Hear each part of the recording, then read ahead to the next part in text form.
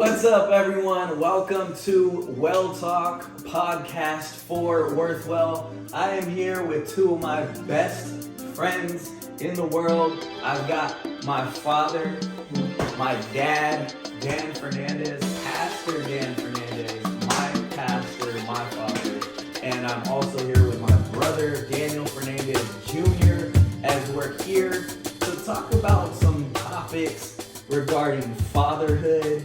And Daniel, I know you have something that is coming up very soon. You started as well. Super excited for that. But for everybody tuning in, this topic and this specific episode is really just going to be a transparent episode about being a male, being a father, what that's like. Yes. And we've got three different generations here. It's a timely topic. It's a very timely topic. We've got three different generations. So let's go ahead and start out and just, who wants to go first? Who wants to share? No, but I want to introduce something too as well. My brother with the Fatherhood Project. If you have anything to tell listeners to tune into or stay tuned for, whatever it is, now's the time. So go ahead. Appreciate that. First and foremost, thanks Matthew for having us on. We love you. Of course. Appreciate love you guys too.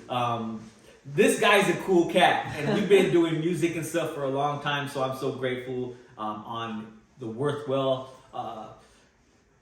business that you started and everything that you're doing with that. It's been a blessing to my life and my family's life, and Appreciate it. First and foremost, I want to get that taken care of. I'm seeing the success online and all of the followers, and continue to follow and listen to the information that you're getting. As far as the Fatherhood Project goes, it actually is something that kind of birthed a couple years back in church, and with some curriculum that we got, and I had been thinking about expanding it into some other areas. And we have such an amazing father, and obviously that's why he's on today. Yeah. And so there's just so many statistics that show how important it is for us to have a father in our life. Yeah. And a lot of children are fatherless, and how can we be mentors? How can we go out into our communities and just basically be that empty, fill the empty void that might be there in some communities? Maybe someone does have a father, but they passed away. Maybe someone has a father that's a stepfather. Maybe someone has a blended family. Maybe someone is from a single parent home, being raised by a single parent father or mother. That's unique now in this day and age.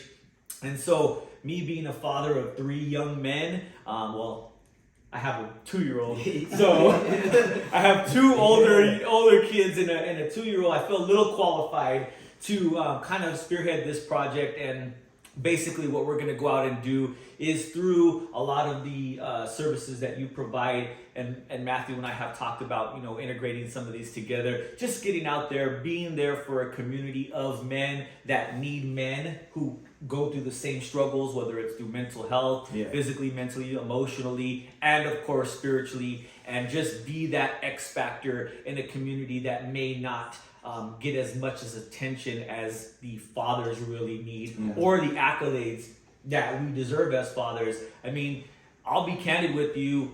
Had I not had a father growing up, there's probably some even more difficult things that I would not have endured. And if you've heard anything about my life or whatever, I've had some challenges in life, but that father in my life was like that X factor on getting over the hump.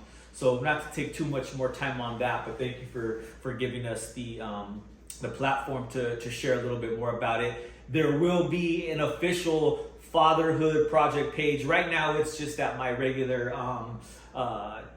Instagram, which is OG Danny Benjamin's Instagram tag, but that does have some information, and it's basically focused on the Fatherhood Project, or my family and raising children, and what I go through on a day-to-day basis. So for thank sure. you for that. Yeah, to all the listeners, get ready, because that is a project that is already really got the foundation developed really well, and it's ready to launch out. And so it's exciting, because I know Pop, I know you're involved in that as well. And I wanted to highlight something really quick too that you mentioned. As fathers, I have a 19-month-old Pop, you've got a 34-year-old and a 44-year-old. You've got a 25-year-old, 17-year-old, and a 2-year-old. And one common theme here, one of the common themes here too is that we are all Latino. Yes. And I want to point that out. I want to highlight that because we're all Latino men. That this started all with you. Pop, this started with you. And if you could share, I know you have things you want to share too, but if you could even share some of how you took, and I don't want to give the whole story, but you took what you experienced as a young boy and gave us what you never had. If you want to give us some details on that or just kind of elaborate even on what else you were going to say, but I really wanted to point that out because I think that's huge. Yes, it is. It's a touchy subject to reflect, to reminisce, to recollect thoughts about one's past and to convey it publicly. There were some internal things that I just kept in my heart for many years, you know, as a young child and then as a teenager, and then began to act out negatively those resentments and bitterness and internal anger. So, you know, to reflect on it today, I know that it might be touchy, not just for me, but for someone possibly viewing where it was a bitter experience. It wasn't a better experience, it was a bitter experience. So I grew up without my biological father. He must have took off when I was months old. So it was already ingrained in me that, you know, where's Pop, where's Dad? And I never had that sense of closeness or nearness with regards to my biological father. Even as a young child, just reflecting on my experience. And this is very abnormal what I'm going to share with you, but it is the truth. These are the facts. As a young child, I reflected on my childhood, you know, 5 years old, 4 years old, with such bitterness and indifference and even feelings and emotions that were really dysfunctional. A 5 or 4-year-old, think about that. That's, yeah, go ahead. Very abnormal to me, for me to think this way, and that was, you know, I'll never leave my children. You know, I'll never leave my children. Can you imagine just the psychological impact that's having in your mind and in your spirit or your heart?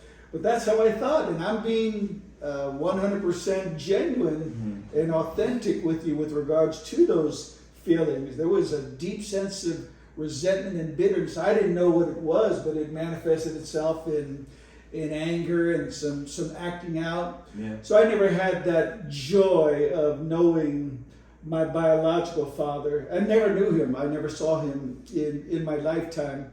But it impacted me at a very young age, and I acted out at a very young age. By 11, 12 years old, I was already acting out in a very dysfunctional, extreme way. Yeah. So I reflected on my past and chose to capitalize on the negatives and making them positives in my life, such as I was already committed to, I was already convicted with, that I will never leave my children. At 5 years old, come on somebody, that's got to be very dysfunctional, you know? Yeah. I mean, I'm throwing rocks and walking on railroad tracks and in my barrio that I grew up in, thinking, wow, man, that was cold, that was audacity, that was nerve for my father to desert me, abandon me, to leave me alone. Yeah. Wow, that's my childhood rearing. That was my upbringing, if you will. It was very distasteful. But I made up my mind that I would not be that way. Yeah. That I would not be that way. I would not allow myself to condescend to such a low standard and bar in life by leaving my children. Yeah. Just wouldn't allow that to happen. Thank you so much for sharing that, because like you said, it's a very touchy subject, and I know that it's been something that, as you are a father and you have grandkids now, and it's something that has really just been a story and testimony for you, which I want to say is huge, because when you just said that right now, you broke the cycle. Yes. You broke the cycle and you changed the generational pattern there for us to see something different.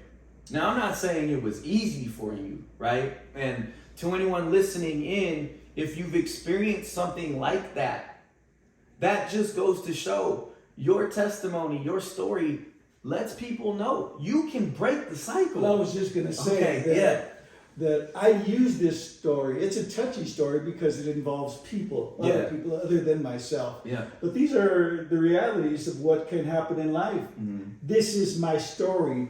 I use my story to encourage others. Listen to me, read my lips. Man, if I can make it, if I can make it with such adversities and opposition in my life circumstantially, if I can make it, you can surely make it. Yeah. So that's why I use my story. That's so good, though. And I mean, I don't know if, Daniel, if you have something that you want to say in response to that, or in your own personal I just think it's important for people to know, when you look at statistics, and these are a couple of years old, but every 1 in 4 children doesn't this is have so a father. paramount what you're going to share. There's a couple of years ago, there was over 18 million children that didn't have fathers in the United States of America alone. So, when you look at that, now you're looking at 25% of the child population doesn't have a child in their home. So these types of success stories and breaking those cycles or those patterns, as you mentioned, it's imperative that people know you can get through that. But it is unfortunate that they are far and few in between. Yes, and it's very sad to see,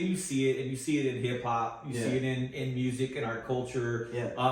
You see it in and not to get too political here, but you see it just across every board that you can imagine. It affects all kinds of different demographics and families now. And then you have people in the home that have a father and the father's present but yet still absent.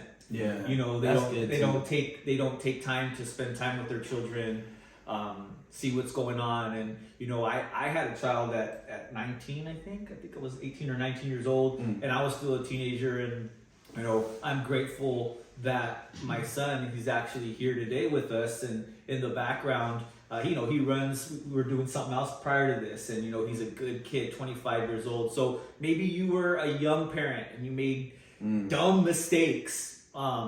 It's okay. We all make mistakes. We all fail. We all fall. Failure is the prerequisite to success. And I think that in what some of your, I don't even know if you even know in your situation, if this was a generational pattern.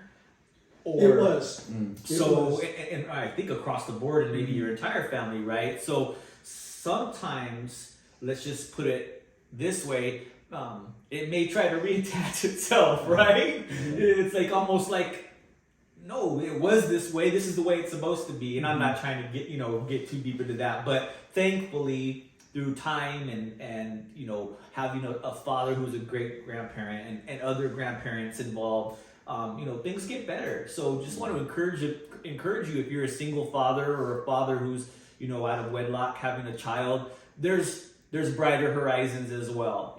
I know that my son, who's 25, we've had those tough conversations like, hey, I wasn't able to be there mentally or physically or maybe even emotionally at that time when you were younger, but we made it up together. And it was difficult for me in having those conversations with my 25-year-old because we're close now. I mean, he's the other man in the house. He helps out so much, and so he's such a great kid, brilliant-minded, and Caleb's brilliant, and Zeph's brilliant in their own ways as well. I'm talking about him specifically because I had him at a teenager. So those things. I was absent at one time in his life. Yeah. And that's so huge to highlight as well, because just the two different experiences of growing up without your father, growing up with the father, then being a young father, you starting your family and trying to work through and navigate how you even do that as a person who didn't have their biological father, you trying to navigate how to be a young dad. I mean, this is something that I think so many people need to hear and be a part of, especially in the Fatherhood Project, where it's not just about where we're talking specifically about one specific type of father. There's different experiences, right, Absolutely. that we've all had, and we all have stories. And I think this is even about mentorship. Agreed. Right? 100%. And learning how to, and I'm peeking at your notes right here, how to train and teach. I don't know if you were going to go somewhere with that. In a while. But I'm sitting, okay, in a while. All right. But what you're saying is so imperative. People need to know, first and foremost, everybody makes mistakes. yeah. Everyone makes mistakes. As a father, I have made mistakes, but I learn from my mistakes. And listen to me, I learn from the mistakes of others. Mm. I choose That's to good. learn Yeah. from the mistakes of others. In Spanish, we would say a coscarón for a knot on the forehead. A knot on the forehead. Well, sometimes you don't have to make mistakes. You just learn from the knots on the foreheads of people that you see that made countless, innumerable amount of mistakes. You That's don't good. have to repeat that pattern. Yeah. You can start a pattern of positivity. Yeah. You can break that pattern, so to speak, as you wish for the best for your children. Well, first and foremost, you got to start leading by example. You got to start developing and establishing a new pattern, because you don't want your son or children to make the mistakes that you have made, or the mistakes that exist in family circle. Yeah. So you're going to start a positive pattern or a negative pattern. A negative pattern. And which one do you choose to experience in life? Let it begin with you. That's what I chose to do. Let it begin with me. I did not have a role model or an example to follow after, or to pattern or model after. I just said, Dan, you know what? Don't do that. Don't do that. It existed in my, it almost seems like entire extended family tree where, fathers weren't present, fathers weren't represented, fathers didn't lead by example, or had no desire to stay engaged with the family. No, break the pattern. Let it start with you. That's so good. And I want to say too, I think number one, as a dad too, a newly developed dad, right? I got a 19-year-old developing dad. I want the best for my son. Yeah. And I want him to do more than even I could imagine. I want him to accomplish so much, right? And I get it. Sometimes what we want for our kids is not necessarily what ends up happening. They want to do something different and all that. But I'm talking about the love to have for your kids, whether you do have a daughter or a son, and you're thinking like, I want the best for you. I want to set you up for success. And if you have times where you've been struggling, or you've had some setbacks, and maybe you're spending more time doing other things and stuff, I want to say you can change that. It doesn't have to be that way. You know what I mean? Right. There's always time and room for change when you change for the better. Right. Agreed. It's there's never a moment in your life where you can't go the other way. You can't do a 180, and I think that that's one of the most important things as a father. And even like knowing that my parents, and they're very candid saying, in whether it be in ministry, because you are in ministry full time, or not, whether it's just being a dad, and you guys say, hey, we've admittedly made mistakes and had failures or whatever. Remember, our parents are navigating through their life still. Yeah. Just the same things that we deal with as adults, separate from our parents or our children. We're still navigating our own life. And then when you start a family as a man, you're also taking on that responsibility to help me, in my case, have my wife and my 3 children and help them navigate their lives as well, while I'm navigating my own. And that's why I strongly feel that, we need our higher source would be God, Jehovah God, right? So we're like, we need that direction and to be able to assist us. And I think it's so important that we realize that at any time when you make those mistakes, when you fall, when you fail, that's the requisite. It's of success. Right. And you can learn from other mistakes, as you mentioned as well. I learned from my own mistakes and learned from others that made even bigger mistakes, you know, in a life of wanting to go out and still party as a young man and, you know, going to raves and underground parties and stuff, you realize, wait, that may not be the best thing for me. Seeing friends go to jail that were also fathers, and that's what really being absent from your children is. That's a forced absence from your children. I didn't want to go that route. So then I kind of got, okay, my brain was still developing. You know? 25. And even maybe some studies show a little bit later now in this day and age. 44 is still developing. But anyways, I just wanted to throw that in there. You know? I appreciate that. And I think this is one thing that I often tell parents too, because I've worked with parents in therapy and family therapy before I even had a family, which was always funny too. Before I was even married or had kids, I was doing couples and family therapy. And I always tell them, I say, you know, we parent in the best way we know how. Mm-hmm. And now I say we, but before I said parents parent in the best way they know how. Mm-hmm. And so if you've done things before that have been, you know, a mistake, or you have struggled in certain areas with relating to your kids or being able to be there and supportive, you can change that. Mm-hmm. You can change that now. Right. It doesn't have to be this like, I'm never going to be able to have a positive relationship now. You can adapt. You can adapt, and that's so important, because I think the norm now has really become dysfunction.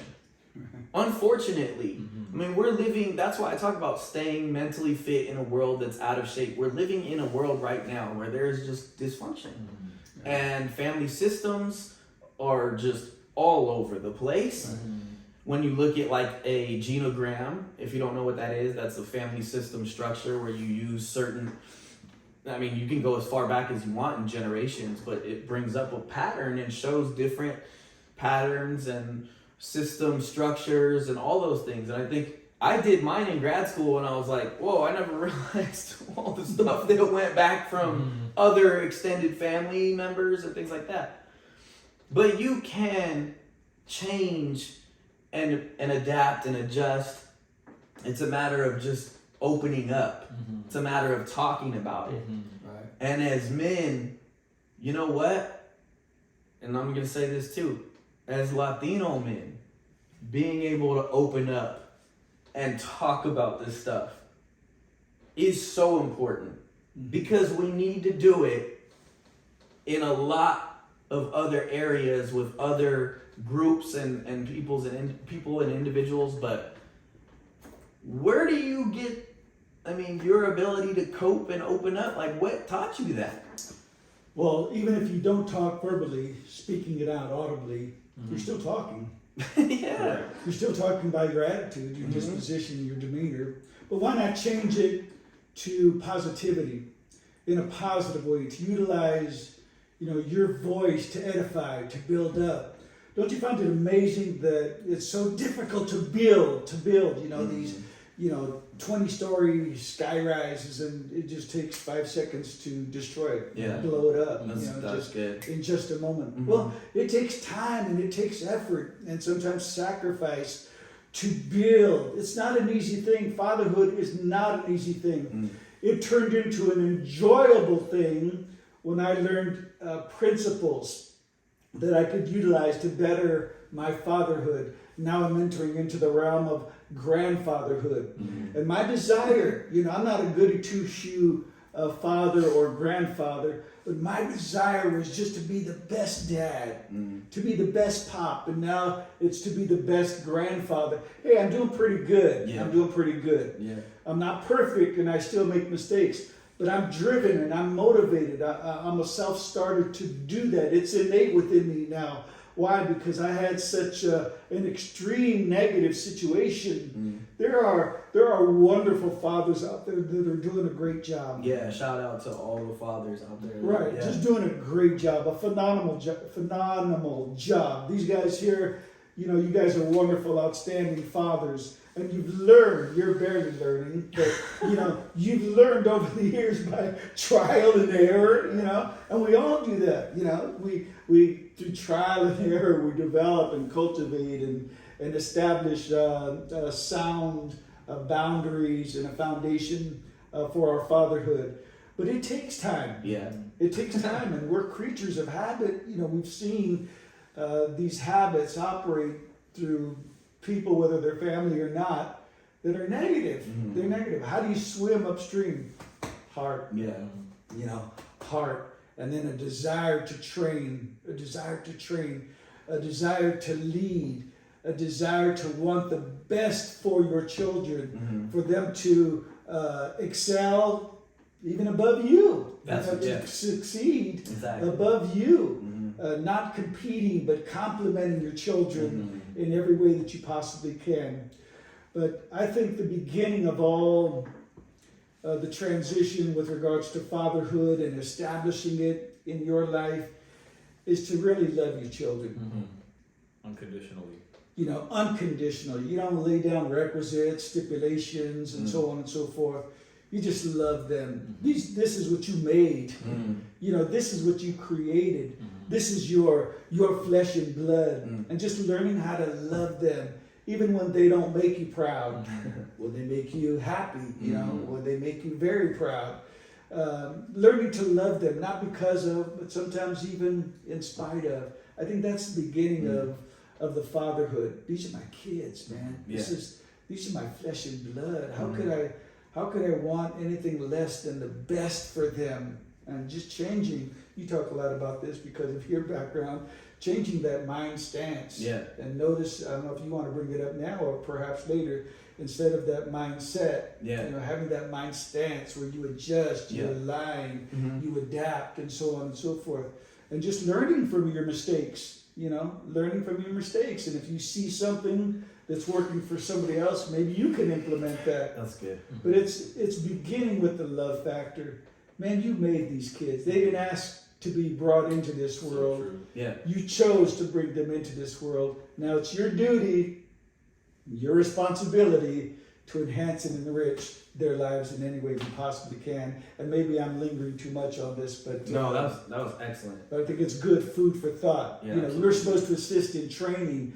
But what's the connotation? What's the significance of training your children? Well, to train means this. It means to teach someone the skills needed to do something, to give instruction to someone, to be taught the skills needed to do something, to cause someone or something to develop an ability or skill.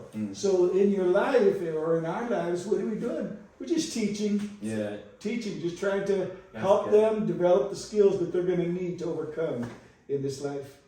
That's so good. I think, first of all that you said, so many rich diamonds and gems thrown out, but I also want to say that you saying to love your kids, the fact that our dad told us he loved us and and expressed it and gave us hugs, and I mean, even with Latinos, a lot of times it's, hey, everybody's all touchy, with the, hey, how's it going? But with the men, sometimes it's standoffish. Yeah. Hey, how you doing? There's that stigma. Oh, whoa, hold on. No, I can't. Yep. And that, what you did was huge because it taught us to be able to say yeah, I love you.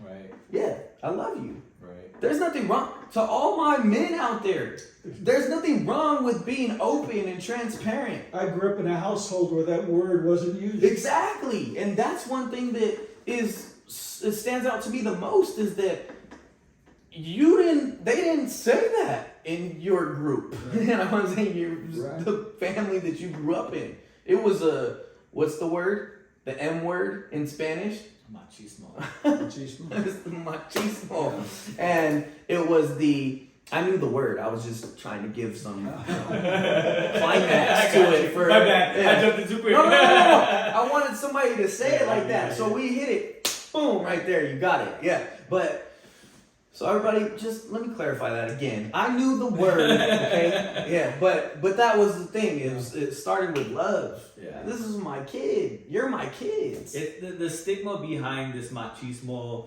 this thing is I believe a cancer, for lack of a better way to putting it, in our community, because as you mentioned, there's a couple words that both of you mentioned that I want to tap into really quick. Teaching, training, and are synonymous, but then you have the transparency. Mm-hmm.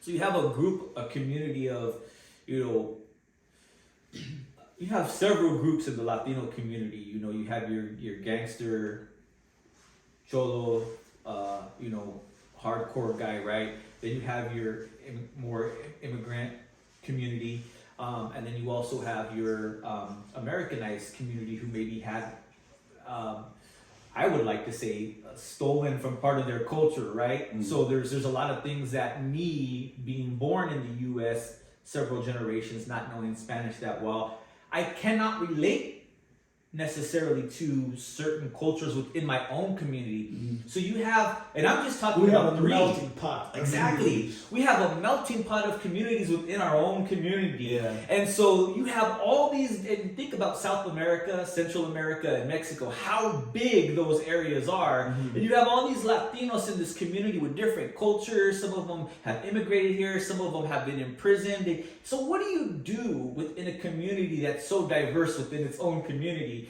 Teach, train, transparency. Yeah.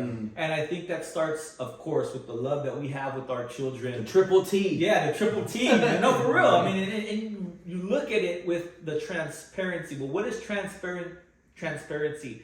It's being an open book with your child, letting them know you can talk to me at any time. At any time. There's nothing taboo. There's nothing off topic about anything. Yeah. And then sometimes having to get down to the nitty gritty and maybe saying what some of the things you have experienced, utilizing wisdom, knowledge, understanding. Those are all prerequisites to some of these conversations. You can't be talking to your 5-year-old kid about some of the things that you did when you were a knucklehead, and then they're like, "Oh my God, my dad's a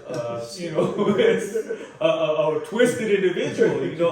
There's gonna come a time where you're gonna need to, and it's probably in the teens. I would recommend where you can sit down and have a conversation and say, "Hey, look, I ain't perfect, and neither are you." And then being transparent and say, "I love you, and this is why I want to have this talk with you," because love does not try to sweep things under the carpet. Love is those triple T's. Yes. I'm getting kind of teary-eyed because I'm just envisioning. I'm going to be 70 this year, and you look just 45, right? I'm just reflecting like, wow, man, I was 12, 13, 14 years old. I didn't hear this kind of talk. Right. Nobody talked to me like this. Yeah. If only someone would have been there. Yeah. How much could you have been spared from internally? Right. Absolutely. Right. Yeah. If I would have had that nearness or that closeness, or, excuse the word for some macho men, that dearness. Right. That dearness of a loving father that put aside those stigmas of our culture and just loved on my child. Things would have probably turned out differently. I mean, I'm 12 years old and I'm doing stuff that I should not be doing at 12 years old. Extreme things. A 15-year-old brother stole a car, died in a 100-mile-an-hour police chase in San Francisco. Right. 15 years old. My brothers were 13, 14, 15 years old, gangsters already. So, that's the environment that my family created for their family, because that's what they created. Well, that's exactly what I was just going to interject on. You had to outsource that love from somewhere, whether it's gangs, whether it's a group of friends that are into some dirt, and you go and you get that love. It's a substitute from somewhere else where it should be. And someone did assist me in that area. It was my sister's brother-in-law. His name was Frankie. He took me under his wing. I'm a wreck ready to happen, and he took me under his wing and he taught me how to play baseball. Wow. And that's where the Fatherhood Project And comes that's, in. and that's where this kind of somebody cares for me Yeah. took place in my life. But I didn't have that. I could talk to you. I could share, and you would tell me whatever I needed to hear at that particular time. So there was that emptiness in that void as well. But things can change for the better if you will it to happen. Wow, that's so true. Yeah. And I think it's so important, for us to just understand that this is why the Fatherhood Project exists and what our goal is for 2024, 2025, and partnering with, other LLCs or we're a 501c3, but the goal is to connect power in wisdom, knowledge, understanding, teaching, and empowering our communities through the mentorship and letting them know you're not alone. We're here for you. Maybe it's not a blood biological father that's there for you. It doesn't have to be the gang. It doesn't have to be the drug dealer. It doesn't have to be the pimp or the prostitute for young ladies, that are going to certain communities to search for that love. We need to provide that true love that is unconditional and be able to, of course, we got to start within our homes. We can't just be giving everybody else love and forget to love our own kids. And you see that in some circles too of 501c3. That's super true. That's good too. You just the misappropriated funds and all this other stuff. But we're not going to get into that. But to highlight too, it's like stop looking for love in all the wrong places. So true. Yeah. If you seek out love in places where they don't know love, you're not going to get it. Yeah, it's generic. It's something that is derived from just a fallacy, a farce. It's fake. It's not the true thing. That's right. It's not the real thing. And that's a song we did. So That's right. But it's not the real thing, right?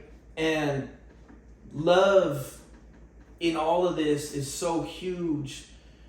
I also want to tell you, Dad, that you having that just open door policy in the house, and Mom as well too. Mom, because that's a whole other series, right? Mom, sure. Shout out to Mama, single mamas, single all the mamas that are doing just what did Andy Mineo say? Shout out to single mom working 3 jobs for all the triple doubles, whatever. So, just shout out, and shout out to our mom. That is so true. Yeah. And Mom is here in the background as well. Mama, we love you. It's also her birthday coming up this week, so happy birthday. She's gonna be 46. Yep.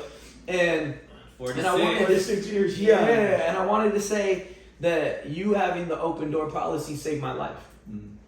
Because if you know my story, and these two men here know my story, my wife and my mom know my story as well, but if you know my story, I struggled a lot in my young adulthood and transitioning into just independence with my mental health struggle, depression and anxiety. And had I not had you and the family system, I don't know where I would be. To those of you that don't have that, there are people though. And that's one of the things we're talking about here. There are people that you can connect with that will help you in that mentorship or that open, safe space. But Dad, you saved my life. And you know the details, all of you do. And one day I'll share the complete details of the story. That's not for this time, not for this episode. But I'm not here if I don't have you. And so if we can really shape this and mold this into a way where we can mentor people and help them and get them connected with the right resources, worthwhile. It's all about what? Investing what is worthwhile.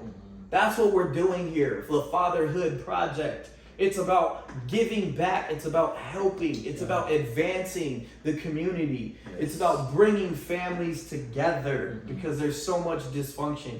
So I wanted to say that, but I wanted to highlight as I want to be respectful of your guys' time. It's a Sunday afternoon too, so I want to be respectful.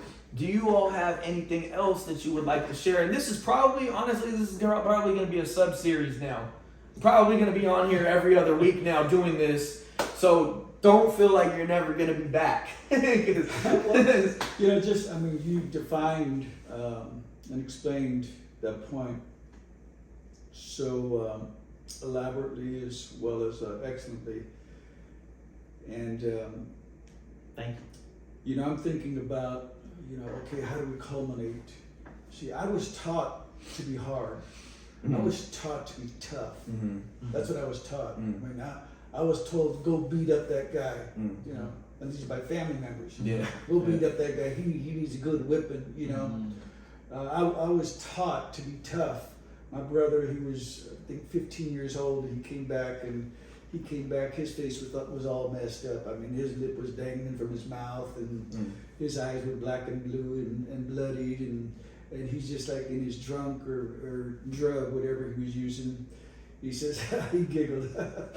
He says, look, you think this is something, you ought to see what I did to him. Wow. I mean, that's what I grew up in. So just to, capsulize or summarize what I believe we're talking about in these last few minutes would be summarized in this. Number one, time. Time. Spend time with your children. That's good. Spend time with your children. Yeah. Make the time, even the sacrifice of time. Number two, tell. Tell. Have that open door policy. That's what I established with you guys, even as children. Yeah. An open door policy where we can talk about anything. What do you need to talk about? And lastly, touch. I was taught to be hard. I had to learn how to be like silk, soft, and velvet, tough and tender at the same time. So we have to balance that out as fathers. Yeah. Silk and velvet, toughness at times. So it would be time, tell, and touch. Hey son, what's happening? Yeah. What's popping? I joke around with them because they're still ushering me into the 21st century. I'm only getting it because of where I work, where the teenagers help me stay relevant because I don't know some of the stuff. Right. So, touch your kids, and you all know what I'm saying. Touch them, hug them, give them a kiss once in a while, embrace them, let them feel that warmth. It hurts me. It hurts me 60 years later to know that I never experienced the embrace of a father. Wow. Yeah. I mean, that's amazing. Yeah. But I get to do that with my children. Yeah. I get to hug them. I get to give them a kiss every once in a while. Yeah. Just that embracement. So, touch, tell, time. There's some things that money can't buy. So It's true. time. That's good. It's So time. true. Wow. That's good. That is good. That's it right there. Yeah. And you can end on that note. And, I think, especially in regards to the touch and tell, as far as embracing and loving on your children, they'll go elsewhere to get it if they don't get it from home. And then you have to understand too that sometimes as humans, kids are just gonna make mistakes and go and try to. As men, we're adventurous. We want to conquest. We want to conquer. We want to go out into the world and experience new things. And I did that in the same way you said, Pop, helped save your life. He helped save mine as well. I was out there partying and going into the rave scene and not pursuing a rap career in that area or whatever, but just in music and stuff. And I got involved with some things and involved with some people where there were some times where my dad would come and basically rescue me out of a situation. And it was by graces and mercy and a father who cared enough. And who cared enough, to assist, but that wasn't seeking for love in the wrong places. It was substitutes for maybe things that I did not, even though there was an open door policy, for whatever reason. And I'm not here to get into that, but to let people know that forgiveness is imperative.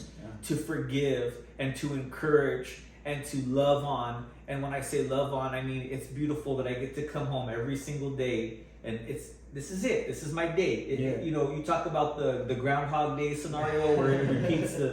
Okay, my day is no matter what kind of day I had. My 25-year-old comes and greets me and gives me a hug and says, how was your day, Dad? Mhm. Okay, and he's a good kid. And at 25, I think I was... That's after him working. Yes, Right. exactly. And I think I was still a little lost at 25, to be honest Yeah, with me you. too. I was married, so I think I was still a little lost. And then my 17-year-old, you know, he's usually in his bed watching TikTok videos or something, and he comes out, hey, Pop, gives me a hug. And sometimes that one will hang on me for a little bit longer, and then he'll come back and give me more hugs, and he'll come back and give me more hugs. And sometimes I have to catch myself and say, you may never get this moment back again.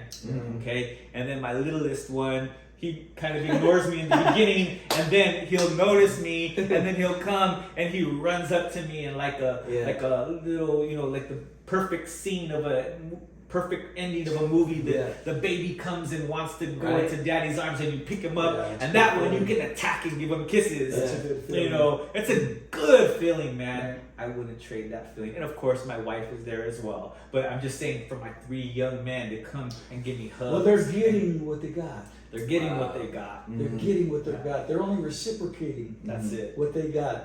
So what you give, what you gave is what you're getting in return. I am reaping what I have sown. That whatever goes around Comes around. Yeah. And it's the best, and I could say another word, feeling in the world. It is the best feeling in the world. Yeah. Like, now that I have like actually gone through this process of, wait a minute, what is this even about, being a dad? Like, cause you see it, but when you're firsthand in the trenches, It builds character, that's for sure. Well, first of all, I'm going to clarify 2 things, all right? Anybody viewing this today, listen, this isn't the Brady family, okay? You know, this is not the Brady family. We make mistakes. Yeah. You know, we're not perfect. We fall very short. But I tell you what, we're quick to say, hey man, I'm sorry. We're quick to say, forgive me. We're quick to huddle up again. You know, that's just our style. That's our MO in our family and life. But think about me today. Man, let this camera shine on me today. Am my face glowing? Am I white now? I'm dark Got a halo brown. on your head. Listen that's to the me. window. Do you know what joy I get? Look what I'm creating here. Look what I've created here. By what? Right along with my wife. By what? Saying, we're not going to follow that old pattern. Yeah. We're not going to follow that old MO. You know, we want to create a better life and a better scenario for ourselves as well as for our children. So I get the joy of coming together with these 2 guys, just fine young men. And I exude, number 1, with pride. And secondly, great joy. But it's because I chose to see all the knots on the other people's foreheads. All those knots, and say, no, that's not for me. I don't want to live my life like that. Yeah. I will not to. Definitely. That's huge. That's no cap. No cap. Yeah. No cap. Matthew, thanks for having us on. Yeah, man. Of course. Thank you We for feel being on humbled. here. We feel Yeah, humbled. that I'm you honored to us on. have you guys on here, and we are going to be doing a sub-series of this for sure, because I think this is going to get a lot of attention. And those that are listening and tuning in, if you have somebody that you know, aside from maybe yourself, that you're like, I need to tune in on this. If you have somebody you know, send this link to them. Let them Pass it forward. Yeah, I mean, we're talking about all different types of things. This was just barely even scratching the surface. We could be here for another 3 hours for sure. and tell jokes. Because the other thing is, we got get really jokes. funny. We got Okay, jokes. we get really funny. Y'all think you got jokes? We get really well. You're funny. You're funny. Man. You're the funniest. You're the funniest one. Matter of fact, He's the ringleader. That's where we got it from. So if you know us personally, you know that we love to joke around. We love to have fun, and that's how, in a lot of ways, we get through a lot of stuff. Yeah, and for sure. we have been through some things. Yes. Okay. Let me just Capital tell T. you that. 3 G's. Yeah, but we're still right. But we're still Sir. here. Yes, sir. We're still being resilient, and we use these times that we've been through to reflect on to help us get that motivation to keep going. So I just want to say, I'm encouraging you all to continue to tune in and follow the Fatherhood Project. There's an Instagram that's going to be set up for that specifically, but OG Danny Benjamins is on Instagram. You can also reach out to Worthwell for more on this specific project. Daniels. Yours is private though. Yeah, you're private. Yeah, you've got the private one that You got a request. Yeah. I mean, we can start one that's I'm trying to throw myself out there. yeah. Then you got to approve all the Yeah, requests. then you got exactly. So you want to run your own social media? Yeah, he's hip. Hey. No cap. Yeah, a lot of exciting things happening. This is just the beginning. We're just getting started. That's all for today. But aside from that, Remind them, you can do it. you can do it. All right. Look, if he can do it, if he can do it, if I can do it, you can do it. All right. You can do it. You don't even know where that reference is from. Did I make a mistake? Yes. No, that's okay. But You I think most people know where that's from. can but- do it. All right. See, there we go. Now we gotta cut this one out. No, just kidding. know this is All a right. blooper.